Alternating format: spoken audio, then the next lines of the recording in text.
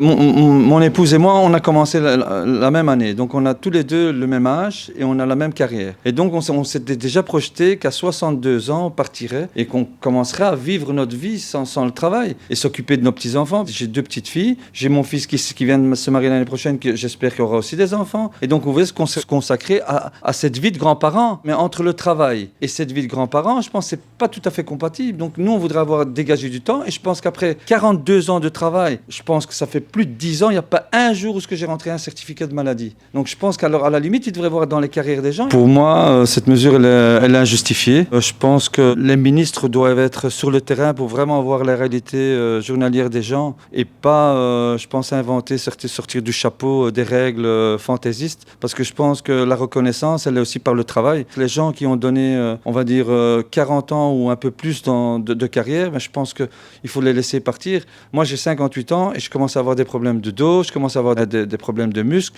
je fais de la kiné, mais tout ça c'est dans notre parcours qu'à la longue, il y a de l'usure. Et c'est ce que mon kiné me dit. Il me dit, oui, il y a de l'usure, donc dans tes disques, il y a de l'usure. Mais oui, c'est tout ce qui est poids. Au niveau des shifts, hein, en travaillant de 6h, 14h, 14h, 22h, 6h du matin, mais tout ça joue sur la santé. Et après 38 ans, 40 ans ou 42 ans, je pense à un moment donné, il faut laisser les gens partir pour essayer de profiter au moins les quelques années sans passer par des médicaments ou par des opérations, etc.